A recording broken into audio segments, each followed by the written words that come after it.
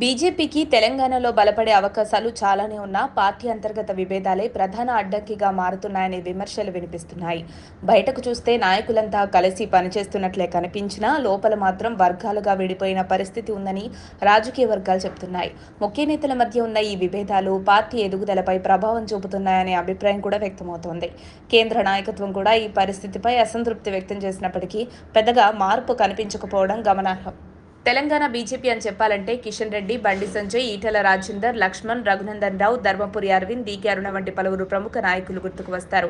అయితే వీరి మధ్య సమన్వయం అంతగా లేదన్న మాటలు తరచూ వినిపిస్తున్నాయి. ప్రస్తుతం పార్టీ లోపల 4-5 వర్గాలు ఉన్నట్లు రాజకీయ విశ్లేషకులు భావిస్తున్నారు.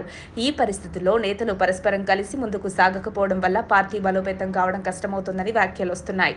ఇటీవల నిజామాబాద్లో జరిగిన ఒక కార్యక్రమం ఈ చర్చలకు మరింత బలం చేకూర్చింది. స్థానికంగా గెలిచిన బీజేపీ కార్పొరేటర్లు, కౌన్సిలర్లకు సన్మానం నిర్వహించిన కార్యక్రమంలో ఎంపీ ధర్మపురి అరవింద్ పాల్గొన్నారు.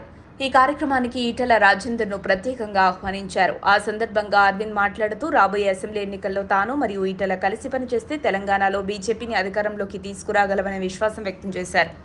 అరవింద్ చేసిన ఈ వ్యాఖ్యలు రాజకీయ వర్గాల్లో చర్చకు దారితీశాయి. ఇద్దరు నేతలు కలిసి పనిచేస్తే సరిపోతుందా, మిగతా ముఖ్య నేతల పాత్ర ఏంటి అన్న ప్రశ్నలు వినిపిస్తున్నాయి. ముఖ్యంగా కిషన్ రెడ్డి, బండి సంజయ్ వంటి కీలక నాయకులను ప్రస్తావించకపోవడం కూడా చర్చనీయాంశంగా మారింది. అంతేకాకుండా ఈ కార్యక్రమానికి ఇతర ప్రముఖులను కాకుండా ఈటెల రాజేందర్ను ఆహ్వానించడం కూడా రాజకీయంగా విశేషంగా పరిగణిస్తున్నారు.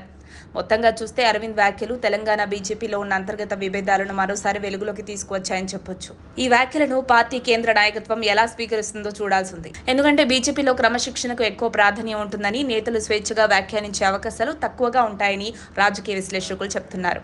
అలాంటి పరిస్థితుల్లో అరవింద్ చేసిన వ్యాఖ్యలు పార్టీ లోపలి దూరాలను స్పష్టంగా తెలియజేశాయని భావిస్తున్నారు.